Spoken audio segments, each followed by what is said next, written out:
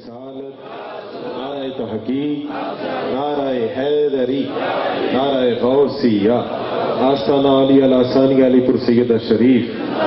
نور خدا نے کیا کیا جلوے دکھا دیے ہیں، سبحان اللہ کہیے نا، گج وج کیا کو سبحان اللہ۔ نور خدا نے کیا کیا جلوے دکھا دیے ہیں، سینے کیے ہیں روشن، دل جگمگا دیے ہیں، لہرا کے زلف مشکی نافے لٹا دیے ہیں، ان کی مہک نے دل کے گنجے کھلا دیے ہیں۔ وہ بولے جس کا گنجا کھلا ہے، ان کی مہک نے دل کے گنجے کھلا دیے ہیں، جس راہ چل گئے ہیں کوچے بسا دیے ہیں۔ اور سنیے گا کہ آنکھیں کسی نے مانگی، جلوہ کسی نے مانگا، مانگنے کا مزہ آج کی رات ہے، آج مانگنا ہے، اور ہمارا ایمان ہے حضور کی آل کے صدقے میں کوئی جھولی خالی جاتی نہیں۔ آنکھیں کسی نے مانگی، اور یہ تو وہ گھرانہ ہے۔ سیدنا امام حسن علیہ السلام کو ایک شخص آیا بدو، دور سے دیکھ کر گالیاں دینے لگا، جب خاموش ہو گیا تو آپ اس کے قریب تشریف لے گئے، آپ نے فرمایا تو ہمارے ساتھ چل۔ وہ بڑا حیران ہوا کہ میں نے تو گالیاں بکی اور یہ کہتے ساتھ چل، کہنے لگا کیوں؟ آپ نے فرمایا اگر تو بھوکا ہوا تو کھانا دیں گے، تیرے پاس رہنے کے لیے جگہ نہ ہوئی تو وہ دیں گے، لباس کی ضرورت ہوئی تو وہ دیں گے، تو ان کے صدقے سے مانگنا ہے، خالی جانا نہیں۔ آنکھیں کسی نے مانگی، جلوہ کسی نے مانگا، ذرہ کسی نے چاہا، صحرا کسی نے مانگا، بڑھ کر ہی اس سے پایا جتنا کسی نے مانگا، میرے کریم سے گھر قطرہ کسی نے مانگا، دریا بہا دیے ہیں، در بے بہا دیے ہیں، ان کی مہک نے دل کے بولے نا، ان کی مہک نے دل کے، ان کی مہک نے دل کے۔ اور آخری شعر اس کا پیش کرتا ہوں۔ سیدی اعلیٰ حضرت نے اللہ رب العزت کی بارگاہ میں عرض کیا، یہ لہجے کا شعر ہے، لہجے کا، کہ اللہ کیا جہنم اب بھی نہ سرد ہوگا، اب بھی؟ اس کا ہم شعر ذوق تو لیتے ہیں، کبھی اس میں ڈوب کر بھی سوچیں کہ حضور کے آنسو کن کے لیے؟ ہمارے جیسے، میں اپنے جیسوں کی بات کرتا ہوں، میرے جیسے گندوں کے لیے۔ سیدی اعلیٰ حضرت عرض کرتے ہیں، اللہ کیا جہنم اب بھی نہ سرد ہوگا؟ رو رو کے مصطفیٰ نے دریا بہا دیے ہیں۔ اور مولانا بشیر کوٹلی لوہارا والے، آپ نے تو کمال کر دیا، آپ کہتے ہیں تہے عرش سجدے میں سر کو جھکایا، بکھر کر کے زلفوں نے یہ رنگ لایا، یہ کہہ کر خدا نے نبی کو اٹھایا کہ پیارے تیرے گیسو کیا مانگتے ہیں، یہ سن کر کہا مصطفیٰ نے الہی، یہ کہتی میرے گیسوؤں کی سیاہی، سیاہ بخت امت کی کرتے رہائی، میرے گیسو مولا یہی مانگتے ہیں۔ اعلیٰ حضرت عرض کرتے ہیں، اللہ کیا جہنم اب بھی نہ سرد ہوگا؟ رو رو کے مصطفیٰ نے دریا بہا دیے ہیں۔ سنیے تضمین کے 3 مصروں کے ساتھ اس شعر کو پھر، کہ گر یوں ہی رنگ اپنا محشر میں زرد ہوگا، گر یوں ہی رنگ اپنا محشر میں زرد ہوگا، دوزخ کے ڈر سے لرزاں ہر ایک فرد ہوگا، پر تیرے نبی کو کتنا امت کا درد ہوگا، اللہ کیا جہنم اب بھی نہ سرد ہوگا؟ رو رو کے مصطفیٰ نے دریا بہا دیے ہیں، ان کی مہک نے دل کے، ان کی مہک نے دل کے گنچے کھلا دیے ہیں، جس راہ چل گئے ہیں کوچے بسا دیے ہیں۔ احباب گرامی قدر، اسی پر اکتفا کرتے ہوئے بڑی محبت کے ساتھ، بڑی چاہت کے ساتھ، بڑی انکساری کے ساتھ ملتمس ہوں دنیا خطابت کا۔ خطابت تو میں کہا کرتا ہوں، خطابت تو ان کے گھر کی لونڈی ہے، اور جب بولتے ہیں تو موتی رولتے ہیں، اور یوں لگتا ہے الفاظ بھی ہاتھ باندھ کر سامنے کھڑے ہو گئے۔ ہمارے حضور قبلہ عالم کے بڑے محبوب خطیب ذیشان، سرمایہ اہل سنت، فخر اہل سنت، کراچی سے تشریف لائے ہمارے مہمان عظیم عالم دین جناب عزت مآب حضرت علامہ مولانا پیر طریقت رہبر شریعت آل نبی اولاد علی جگر گوشہ بطول آل رسول پیر سید مظفر حسین شاہ صاحب سے ملتمس ہوں تشریف لاتے ہیں، اپنے نورانی کلمات سے ہمارے قلوب و اذہان کو مستفید فرماتے ہیں، محبت کے ساتھ بآواز بلند نعرے کا جواب دے کر عظیم عالم دین عظیم حضور کی آل کے چشم و چراغ کا استقبال کیجیے۔ نعرہ تکبیر، دونوں ہاتھوں کو اٹھا کے نعرہ رسالت، نعرہ رسالت، نعرہ تحقیق، نعرہ حیدری، نعرہ غوثیہ، آستانہ عالیہ ثانیہ علی سید شریف پیر سید محمد ظفر اقبال عاقب شاہ صاحب۔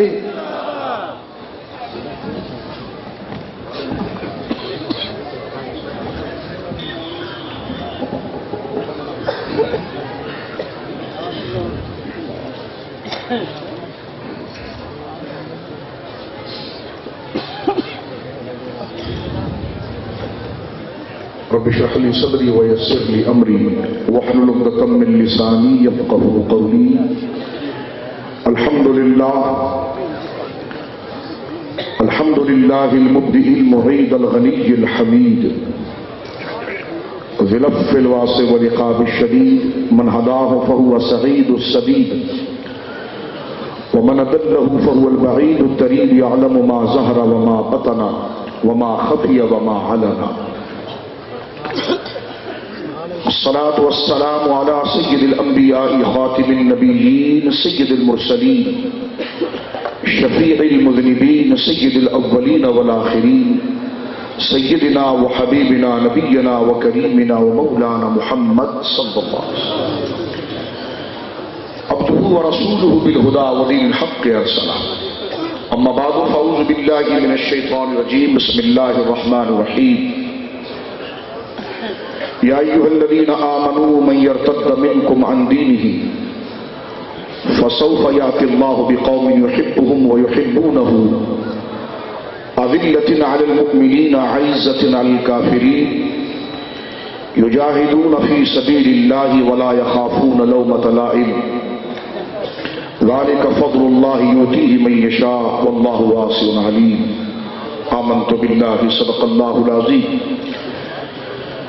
ببركة إن الله وملائكته يصلون على النبي يا أيها الذين آمنوا صلوا عليه وسلموا تسليما۔ باواز بلند پڑھ لیجیے میرے، الصلاة والسلام عليك يا رسول الله، الصلاة والسلام عليك يا حبيب الله، الصلاة والسلام عليك يا جد الحسن والحسين، الصلاة والسلام عليك يا رحمة للعالمين، كلهم من رسول الله ملتمس غرفا من البحر أو رشفا من الديم، منزه عن شريك في محاسنه فجوهر الحسن فيه غير منقسم، ومبلغ العلم فيه أنه بشر وأنه خير خلق الله كلهم،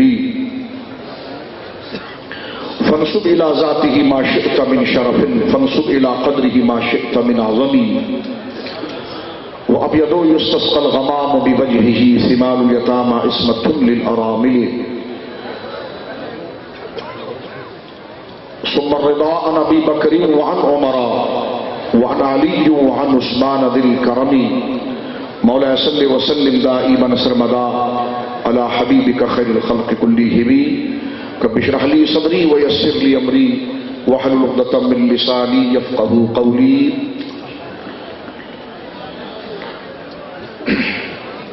اللہ کی حمد و ثنا نبی کریم صاحب ست تکریم باعث تخلیق ارض و سما صلی اللہ علیہ وعلی آلہ وصحبہ وبارک وسلم کی بارگاہ مقدسہ میں انتہائی محبت و عقیدت کے ساتھ درود و سلام پیش کرنے کے بعد تمام تعریف اللہ وحدہ لا شریک کے لیے ہے۔ آج کا یہ عظیم اجتماع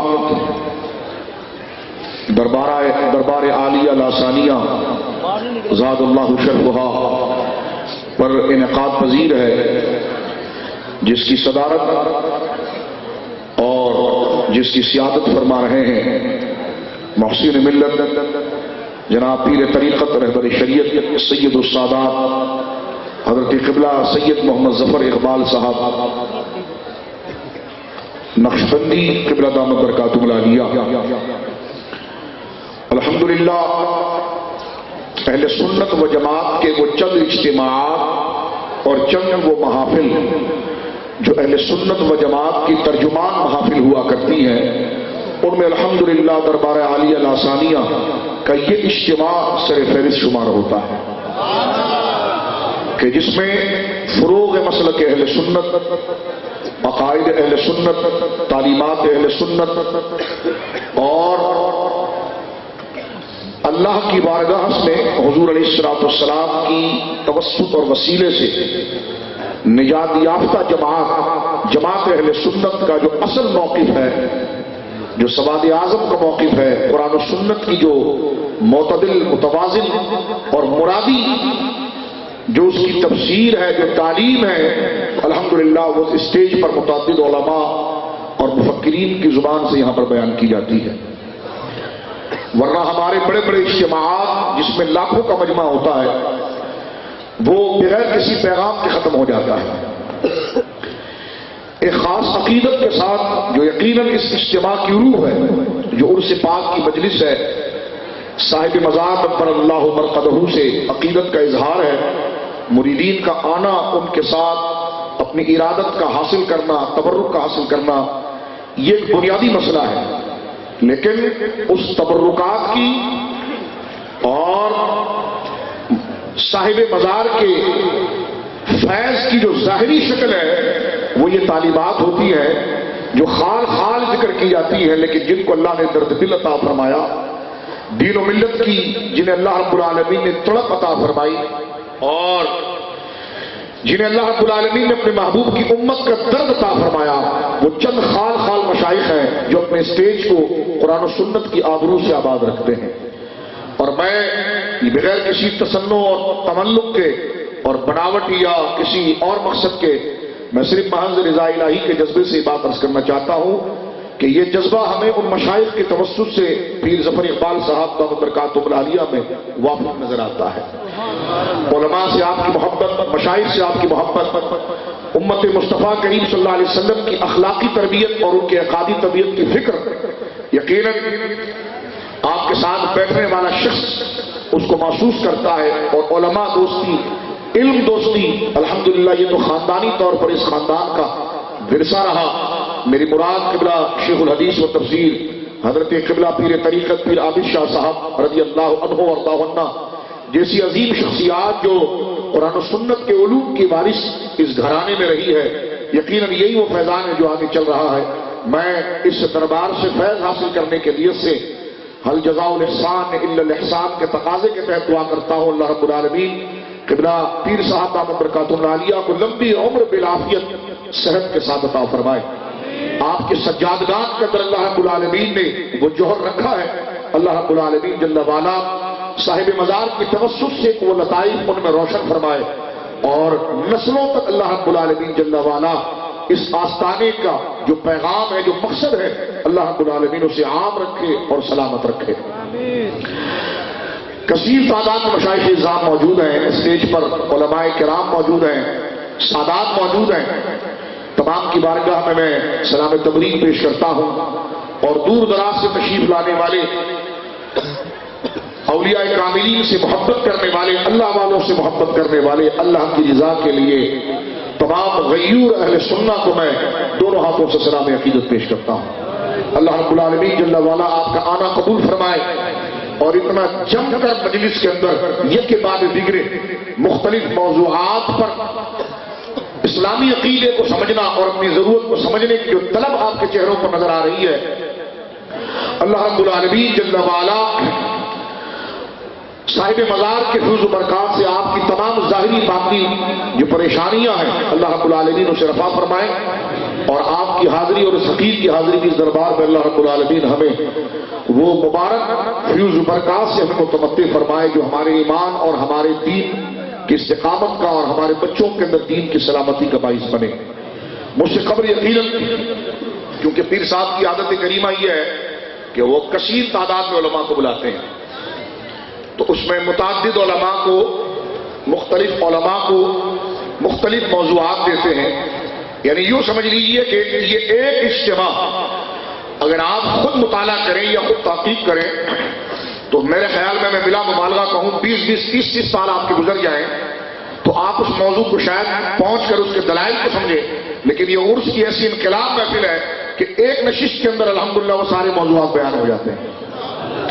مجھ سے قبل یقیناً علماء اہل سنت نے آپ کے سامنے متعدد علماء موضوعات پر عنوان پر خطاب کیا، اور ہم یہ بتانا چاہتے ہیں کہ دیکھیے یہ ہے عرس کی شرعی حیثیت، یہ مقاصد عرس میں سے ہے۔ عرس کا مقصد یہی ہے کہ صاحب مزار نے امت مصطفیٰ کریم صلی اللہ علیہ وسلم کو جو حضور علیہ السلام کی تعلیمات پر اور ذات مصطفیٰ صلی اللہ علیہ وسلم کی عقیدت پر اور اہل سنت و جماعت کے مبارک اور مقدس اور معتبر و متوازن عقیدے پر جمع کر رکھا، آج وہ اپنی قبر کے اندر موجود ہیں، لیکن یہ ان کا باطنی فیض ہے الحمدللہ کہ ان کی تعلیمات، ان کے افکار، ان کے سجادگان لے کے چل رہے ہیں۔ اور یہی مقصد عرس کا ہوتا ہے کہ جو زبان سمجھنے والے لوگ ہوں، جس زبان میں وہ گفتگو کو سمجھتے ہیں، اس میں ان کے سامنے علم کو بیان کیا جائے اور تعلیم کو بیان کیا جائے، اور وہ عقائد بیان کیے جائیں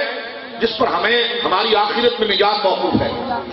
وہ باتیں اس درس میں سیکھی جائیں، وہ باتیں ان مجموعوں میں سیکھی جائیں جس کے ذریعے عذاب قبر سے نجات ملے گی، قبر کی اندھیری ہمارے لیے نور بنے گی، سرکار دو عالم صلی اللہ علیہ وسلم کی شفاعت نصیب ہوگی، اور یہ عارضی زندگی جو ہم گزار رہے ہیں یہ دائمی جنتوں کا استحقاق پائے گی۔ تو الحمدللہ انہی عقائد میں گفتگو ہو رہی ہے۔ مجھے پیر صاحب قبلہ دامت برکاتہم العالیہ نے جو خطاب کا، جو گفتگو کرنے کا خطاب کو انشاءاللہ بھی حجت الاسلام فرمائیں گے، اس آخر کو جو مدعو فرمایا آپ نے، اور میں اس پر بہت مشکور ہوں آپ کی محبت کا۔ مجھے جو آپ نے موضوع دیا کہ اس پر گفتگو کریں، وہ حضرات خلفاء راشدین، خلفاء اربع یعنی چاروں خلفاء راشدین سے متعلق اہل سنت کا کیا عقیدہ ہے، اور ہمیں ان کی خدمات کے حوالے سے کن بنیادی باتوں کا اعتراف کرنا ہے، کن بنیادی باتوں کو جاننا ہے ان کی زندگی کے حوالے سے، یہ اپنی جگہ پر ایک بہت بنیادی موضوع ہے۔ حضرات گرامی، یہ بات سمجھ لیجئے کہ آج ہم جس دور کے اندر موجود ہیں، یہ دور زمان رسالت امام صلی اللہ علیہ وسلم سے بہت دور نکل آیا ہے۔ یعنی حضور علیہ السلام کا جو دور پاک تھا، جس میں سرکار علیہ السلام اپنی ظاہری حیات کے ساتھ موجود تھے، بعثت کا وہ 23 سالہ عرصہ، اس میں اور آج جو ہم 15ویں صدی میں موجود ہیں، اس کے درمیان تقریباً سمجھیے جس کو ایسی اجمالاً کہہ دیا جاتا ہے کہ 1500 سال کا عرصہ گزر گیا، لیکن یہ دین قیامت تک رہنے کے لیے آیا ہے، قیامت کی شام تک یہ دین باقی رہے گا۔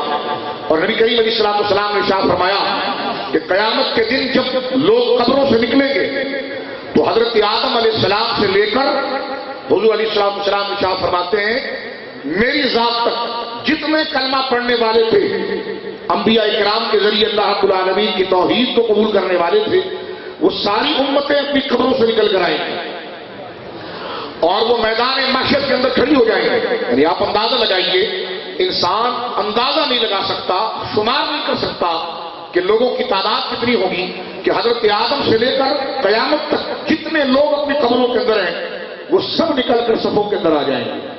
یعنی آپ دیکھیے صرف 1 سیکنڈ پہلے جتنے لوگ انتقال کر گئے ان کو ہم شمار میں نہیں لا سکتے، 1 سیکنڈ کے بعد جتنے لوگ پیدا ہو رہے ہیں اس کو شمار میں نہیں لا سکتے، تو 1 مہینہ پہلے کتنے انتقال کر گئے، 1 سال پہلے کتنے انتقال کر گئے، 100 سال پہلے کتنے انتقال کر گئے، تو اس کو کیلکولیٹ کرنے کا، اس کو جمع کرنے کا، اس کی پیمائش کرنے کا، اس کو حد حساب میں لانے کا کوئی پیمانہ ہمارے پاس نہیں ہے۔ بس یہ رکھیے کہ لا تعداد ریت کے ذرات کو شمار کرنا تو ممکن ہے، لیکن وہ افراد انسانی کو شمار کرنا ممکن نہیں ہے کہ جو حضرت آدم سے لے کر قیامت تک پیدا ہوتے رہیں گے۔ لیکن آپ اندازہ لگائیے میرے دوستوں، توجہ کے ساتھ میں بنیاد عرض کر رہا ہوں کہ حضور علیہ السلام ارشاد فرماتے ہیں کہ لیکن جب وہ قبروں سے اٹھیں گے تو اللہ کے اذن سے ہر نبی کا کلمہ پڑھنے والے کو اس کی صف میں کھڑا کر دیا جائے گا۔ فرمایا حضرت آدم سے لے کر قیامت تک جو آخری انسان پیدا ہوگا وہ قیامت کے دن جب صفوں میں کھڑا ہوگا اپنے فیصلے کے لیے، اپنے حساب کے لیے، تو فرمایا وہ صفیں جو ہے وہ 120 بنے گی۔ کتنی؟ یہ آقا علیہ السلام کا علم مبارک ہے۔ دیکھیں کہ لوگ کہتے ہیں کہ جی یہ کلیت حضور علیہ السلام ہر ایک کو جانتے ہیں. تو میں نے کہا دیکھو تعداد حضور نے بیان فرما دی کہ حضرت آدم سے لے کر قیامت تک جتنے افراد پیدا ہوں گے جب ان کو صفوں میں کھڑا کیا جائے گا تو ان کی صفیں بڑھے گی 120. اور آقا علیہ السلام ارشاد فرماتے ہیں کہ مجھ تنہا مصطفیٰ کریم صلی اللہ علیہ وسلم کا کلمہ پڑھنے والے اور میرے ذریعے اللہ رب العالمین جل وعلا کے عرفان اور توحید کو پانے والے میدان محشر میں جو 120 صفیں ہوں گی اس میں 80 صفیں تنہا میری امت کی ہوں گی. 80 صفیں تنہا میری امت کی ہوں گی اور باقی 40 صفیں حضرت عیسیٰ علیہ السلام سے لے کر حضرت آدم تک جتنے لوگ ہیں ان کی ہوگی. تو گویا کہ حضور علیہ السلام کی امت کی اکثریت زیادہ ہوگی. اس کی وجہ یہ ہے کہ نبوت تو ختم کر دی گئی ہے لیکن آپ کے نائبین کی تعداد اور ولایت کے سلسلے کو ختم نہیں کیا گیا. ہم جس دور کے اندر موجود ہیں میرے دوستو ذرا تصور کرنا یہ اجتماع ایک اعتبار سے یوم تشکر بھی ہے. تشکر کس اعتبار سے کہ حضور علیہ السلام کا ارشاد ہے کہ جو شخص کسی انسان کا شکر ادا نہیں کرتا وہ خدا کا شکر ادا نہیں کرتا. جس نے کسی انسان کا شکر ادا نہیں کیا اس نے اللہ کا شکر ادا نہیں کیا. تو انسان کا شکر ادا کرنے سے مراد یہ نہیں کہ صرف وہ ہمیں ایک گھونٹ پانی پلا دے یا ایک لقمہ روٹی کھلا دے یا ہماری کوئی ظاہری مادی ضرورت کو پورا کر دے. نہیں، شکر میں سب سے بڑا طریقہ یہ ہے کہ جس کے ذریعے ہمیں خدا کی معرفت مل جائے، جس کے ذریعے دین کی سلامتی مل جائے. تو وہ کون لوگ ہیں؟ سب سے پہلے وہ لوگ کہ جن کے ذریعے ہمیں دین ملا وہ ہمارے مرشدان گرامی ہیں. وہ دینی اعتبار سے وہ ہمارے مرشدان گرامی ہیں. تو عرس کی محفل کہتے بھی اسی کو ہے کہ جناب جمع ہو کر وہاں پر پھر اس طریقے کے ساتھ کہ جن کے ذریعے دین ہم تک پہنچا ہے تو پھر ایسے اہتمام کیے جائیں، شرعی ایسے طریقوں کا اجرا کیا جائے، نافذ کیے جائیں، ایسے شریعت پر محبوب کام کیے جائیں جس پر اللہ اجر عطا فرماتا ہے اور وہ کام ان کام پر اجر ان کی روحوں کو بھیجا جائے. اس لیے کہ شکر کا تقاضا ہے اور شکر جو ہے وہ ایمان کا اور دین کا سب سے بڑا رتبہ ہے کیونکہ یہ اخلاقیات ہے. تو ایک تو طریقہ کار یہ پھر ہمارے مرشد سے ہمیں دین ملا، اللہ کی معرفت ملی.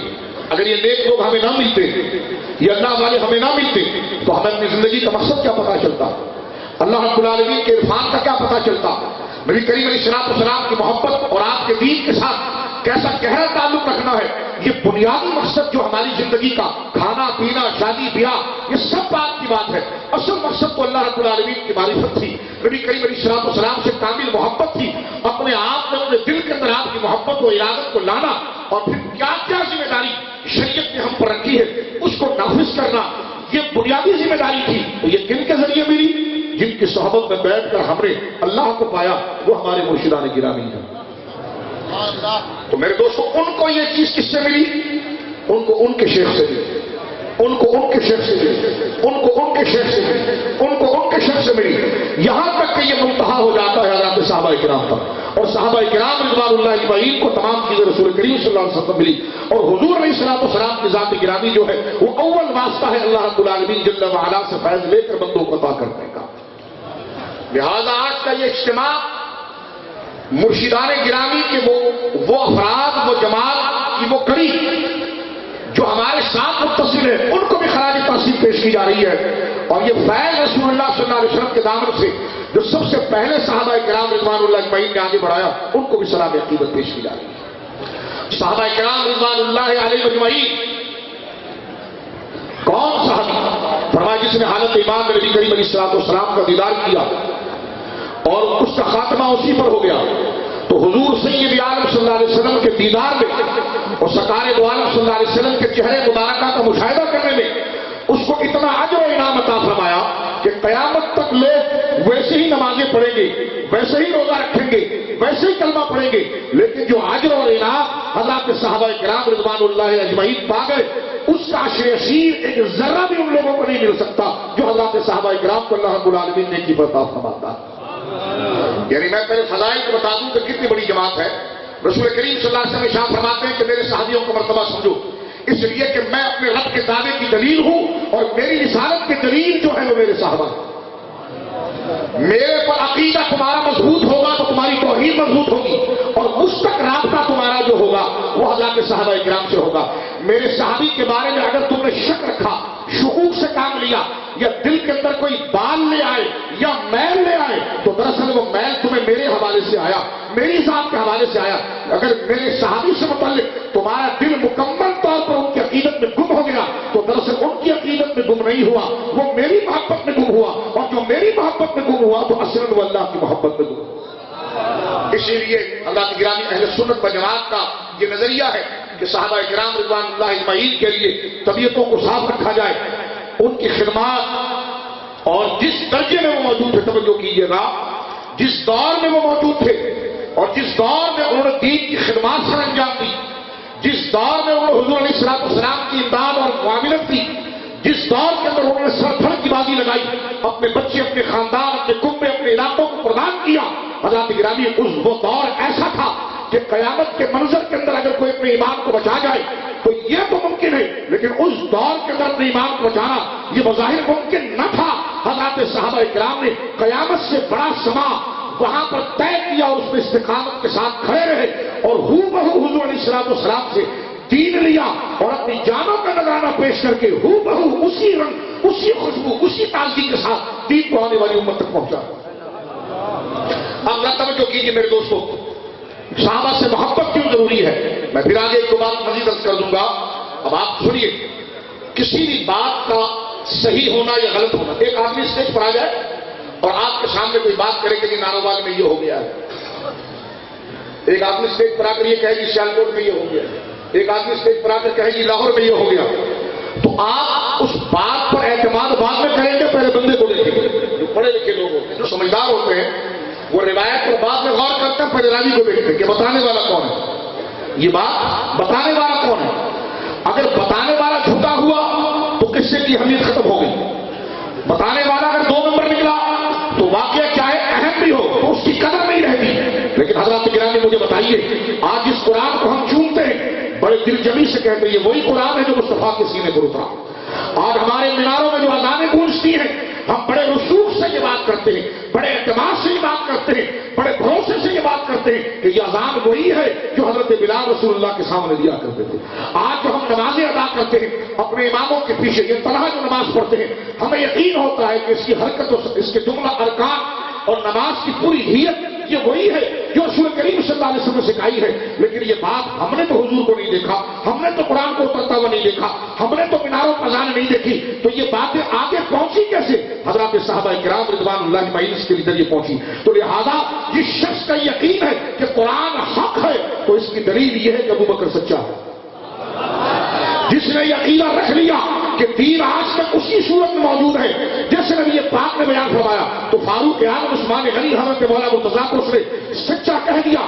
صحابہ پر تبرہ یا ان پر جرح یا ان پر نقد وہی شخص کرے گا جسے قرآن پر یقین نہیں، جسے دین پر یقین نہیں. اس لیے اگر دین مکمل اصل شکل کے اندر موجود ہے تو اس کے سب سے پہلے راوی حضرات صحابہ کرام اور صحابہ کی جماعت میں ان کی سب سے بڑی جان، 4 یار، اور ان میں سب سے بنیادی مقصد حضرت سیدنا صدیق اکبر رضی اللہ تعالیٰ کی ذات گرامی. تو میرے دوستو،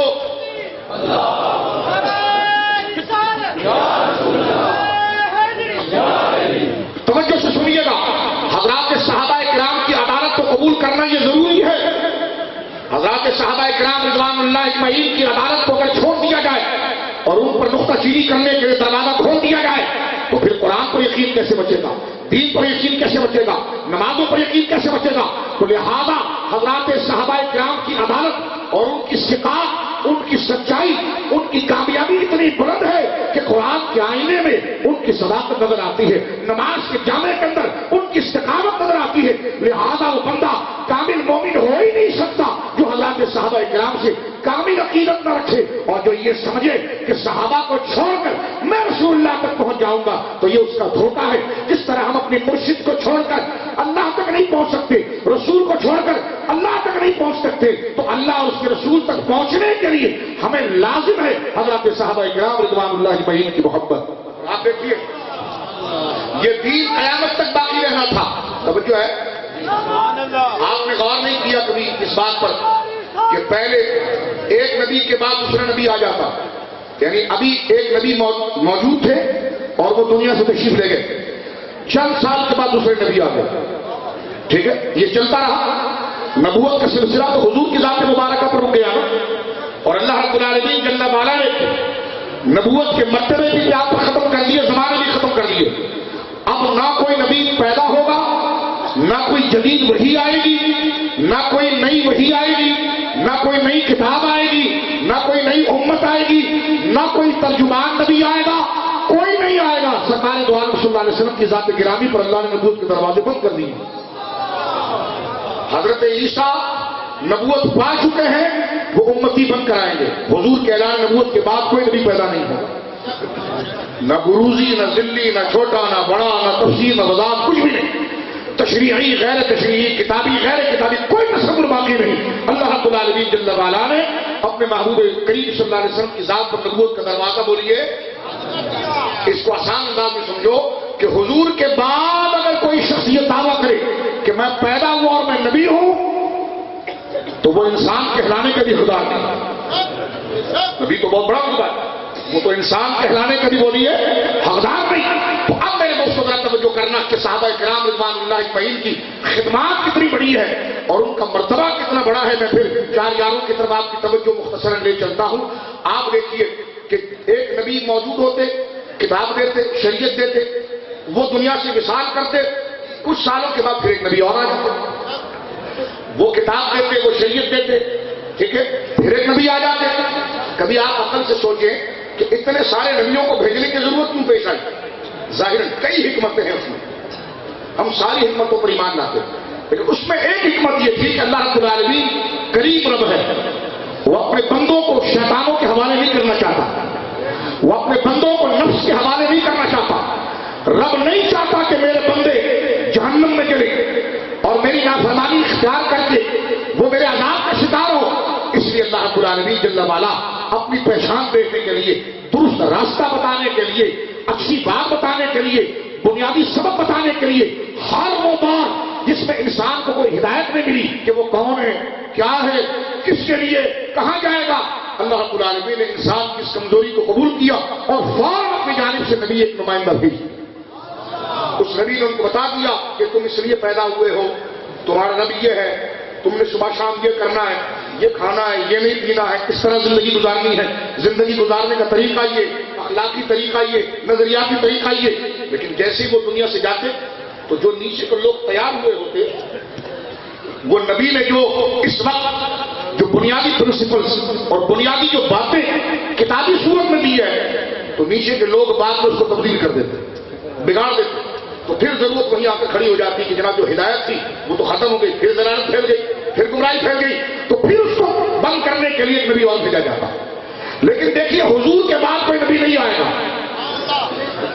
اس سے مطلب کیا ہے؟ مطلب یہ ہے کہ نبی نے جیسی جماعت کھڑی کرنی تھی جو قیامت تک کو دین کو بچائے گی, وہ جماعت ابو بکر کی صورت میں کھڑی ہو گئی, وہ جماعت عمر کی صورت میں کھڑی ہو گئی, وہ جماعت عثمان علی کی صورت میں کھڑی ہو گئی. اگر قرآن کے پاروں میں فرق ہو جاتا, دین کے عقیدے میں فرق ہو جاتا, تو ختم نبوت کے عقیدے کی عقلی توجیہ نہیں ہو سکتی تھی.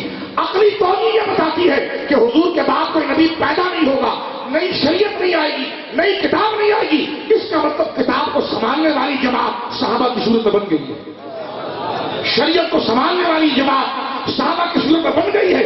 تو جب دین محفوظ ہو گیا, تو جب دین محفوظ نہ رہتا تھا, شریعت محفوظ نہ رہتی تھی, تب نبی کو بھیجا جاتا تھا. لیکن رسول مکرم صلی اللہ علیہ وسلم نے ایسے افراد تیار کر دیے کہ جنہوں نے ایسے دین کو محفوظ کیا کہ قیامت کی شام تک وہی قرآن رہے گا, وہی دین رہے گا. اس سے پتا چلا کہ صحابہ کرام کی سچائی یہ ہے, آپ کی سچائی ہے جس کی دلیل عقیدہ ختم نبوت بنتی ہے. تو میرے دوستو ذرا توجہ فرمائیے کہ دین کے بنیادی عقیدوں کو اگر ہلا دیا جائے کہ جس طرح کہ حضرت عیسیٰ علیہ السلام, توجہ کرنا, جب دنیا میں تشریف لائے, انجیل آپ نے دی, کتاب آپ نے دی, تو بعد والوں نے جناب جو ہے تو آپ کو خدا کا بیٹا کہہ دیا, قرآن کے احکام کو تبدیل کر دیا. نبی کریم علیہ الصلوۃ والسلام تشریف لائے. اگر یہ معاملہ حضور کی شریعت کے ساتھ ہوا ہوتا, العیاذ باللہ, کہ جو بنیادی عقیدے ہیں جس پر دین کھڑا ہوا ہے, جو ہے, میں بند الفاظوں میں آپ کو بہت دور کا اشارہ دے رہا ہوں, میں بند الفاظوں میں آپ کو بہت دور کا اشارہ دے رہا ہوں. اور یہ اصول میں اس چیز کو توڑ رہا ہوں کہ بات ہو ہی نہیں سکتی. ابو بکر کی صداقت پر انگلی اٹھ ہی نہیں سکتی. حضرت عمر کی عدالت پر انگلی اٹھ ہی نہیں سکتی. عثمان غنی کے ایثار و استقامت اور تقوی پر انگلی اٹھ ہی نہیں سکتی. مولانا مرتضیٰ کی استقامت پر انگلی اٹھ ہی نہیں سکتی، کیونکہ یہ انگلی ان کی جانب نہیں اٹھے گی، یہ دین کی جانب اٹھے گی. اور رسول اللہ نے ایسی دیوار کھڑی کر دی ہے صحابہ کرام کی شکل میں کہ سارے وسوسے، سارے شک اس سے ٹکرا کر ختم ہو جاتے ہیں، اور صحابہ کی جو صف ہے، جو دیوار ہے، جو لائن ہے، یہ دین کو محفوظ کر دیتی ہے.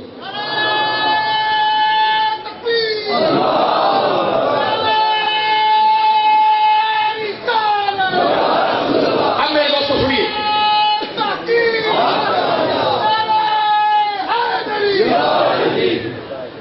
خلفائے راشدین کے فضائل کو کئی جہتوں سے بیان کیا جا سکتا ہے، لیکن میرا دل چاہ رہا تھا کہ اس بات کو کی جائے کہ یہ اپنی فلسفہ میں رکھا جائے. مثلاً غور کریں آپ لوگ، ہم بالکل آگے چل رہے ہیں، اپنی بات کا ایک بنیادی مقصد ہم پیش کر چکے ہیں، اور میں ایک بات آپ کی خدمت میں عرض کرنا چاہتا ہوں کہ رسول کا منصب کیا ہے. یہ کیسے کوئی تصور کر سکتا ہے کہ رسول اپنے منصب کی تکمیل نہ کرے، یعنی رسول آئے اور اپنی ذمہ داری کو پورا نہ کرے، یہ کیسے ہو سکتا ہے؟ اور پھر رسول بھی وہ جو سب کے جامع ہے. قرآن نے میرے آقا علیہ الصلوۃ والسلام کا ایک منصب ذکر کیا، وہ یزکیہم، کہ میرا مصطفیٰ مزکی ہے، دلوں سے کفر کو نکالنے والا ہے، دلوں سے نفاق کو نکالنے والا ہے، دلوں سے حسد کو نکالنے والا ہے، دلوں سے شیطانی خسرت کو نکالنے والا ہے. اور مزکاہ جماعت صحابہ، یعنی قرآن نے کہا وہ یزکیہم، میرا محبوب صاف ستھرا کرتا ہے، میرا محبوب صاف ستھرا کرتا ہے. تو اگر جماعت صحابہ الیاذ باللہ نکر کفر کفر نباشت کے الزامن میں ایک فلسفہ بیان کر رہا ہوں، ان کے دلوں میں نفاق رہ جاتا، ان کے دلوں میں کفر رہ جاتا، معاذ اللہ الیاذ باللہ، ان کے دلوں میں مال کی حسد رہ جاتی، ان کے دلوں میں زمینوں جاگیروں کی حسد رہ جاتی، تو پھر سوال ابو بکر پر نہیں ہوتا، رسول کے منصب پر ہوتا کہ انہوں نے تزکیہ نہیں کیا.